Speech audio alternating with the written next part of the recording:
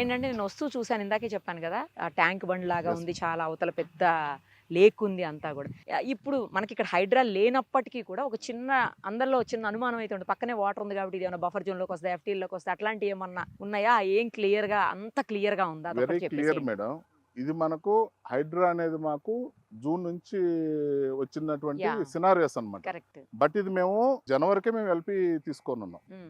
అంటే హైడ్రా కంటే ముందే మేము irrigation approval as per HYDRAA norms ప్రకారంగా ప్రాజెక్ట్ మొత్తం మేము డెవలప్మెంట్ చేయడం జరిగింది. Number 1 point. నెంబర్ 2 పాయింట్, ఇప్పుడు హైడ్రా వాళ్ళని రియల్ గా స్వాగతించాలండి. హైడ్రా వాళ్ళు ఏమంటున్నారు, అయా మీరు ఎఫ్టీఎల్లోకి వెళ్ళి కట్టుకోవద్దు అంటున్నారు. కరెక్ట్. ఎందుకంటే ఎఫ్టీఎల్లోకి వెళ్ళి కట్టుకున్నప్పుడు వాటర్ స్టోరేజ్ అయినా యాహ్! కానీ స్టోరేజ్ కావాలన్నా కానీ ఇబ్బందులు ఉంటాయి. కరెక్ట్. బఫర్ జోన్ లో కట్టుకోవద్దు అన్నారు. ఇప్పుడు నా ప్రాజెక్ట్కి వచ్చేతలకి నేను ఎఫ్టీఎల్లో లేనండి. ఎఫ్టీఎల్ అనేది బ్యాక్ సైడ్ వస్తుంది, ఓహ్!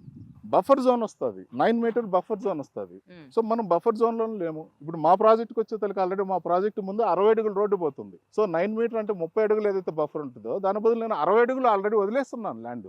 మా పట్టా భూమిని 60 అడుగులు వదిలేస్తున్నాం. ఓకే. సో మాకు అటువంటి ఇష్యూస్ ఏం లేవు. అంటే హైడ్రా వాళ్ళు ఏంటంటే ఉన్న రూల్స్ ని పాటించమన్నారు. అవును. కరెక్ట్. సో మేము ఆల్రెడీ లేఅవుట్ వేసేటప్పటికే ఇది మేము అప్రూవ్డ్ పరంగా ఇరిగేషన్ డిపార్ట్మెంట్ నుంచి కానీ ప్రతిదీ అప్రూవల్ తీసుకొని మేము చేయడం జరిగింది. సో మాకు హైదరాబాద్లో మాకు ఎటువంటి ప్రాబ్లం లేదండి. రైట్. ఎందుకంటే ఇంకా మాకు ఒక బెనిఫిట్ ఏంటంటే ఇప్పుడు ఇటువంటి ట్యాంక్ హుస్సేన్ సాగర్ తర్వాత మనకు అంత మంచి పాండ్ అనేది డెవలప్ ఉందండి. మనం మాన్యువల్గా క్రియేట్ చేయాలంటే మన వల్ల కాదు. అది న్యాచురల్ అండి. న్యాచురల్, ఎందుకంటే అంత కాంక్రీట్ జంగిల్ అయిపోయిందండి. Correct. ఇప్పుడు చూడండి, ఇప్పుడు ఆల్మోస్ట్ 2:30 అప్పుడు కూడా ఎంత చల్లగా ఉంది అవును. క్లైమేట్. అవును. బావుంది. ఇటువంటి క్లైమేట్ ఏంటంటే ఈ ట్యాంక్ ఉండడం అనేది ప్లస్ పాయింట్. ఇప్పుడు గవర్నమెంట్ కూడా ఏం చేస్తుందంటే ఈ ట్యాంక్ చుట్టూతో మనకు CC roads, walking tracks develop చేస్తుంది. ఓకే. సో ఇక్కడ కట్టుకున్న వాళ్ళు కూడా ఏంటంటే మార్నింగ్ లేస్తారు 6 o'clock అట్టా ఒక 2 రౌండ్లు వాకింగ్ చేశారనుకోండి, అద్భుతంగా ఉంటుంది. హెల్త్ కూడా. హెల్త్ వెల్త్‌కి వెల్త్ అన్నీ. అవును, హెల్త్. రెండోది ఏంటంటే మంచి అట్మాస్ఫియర్.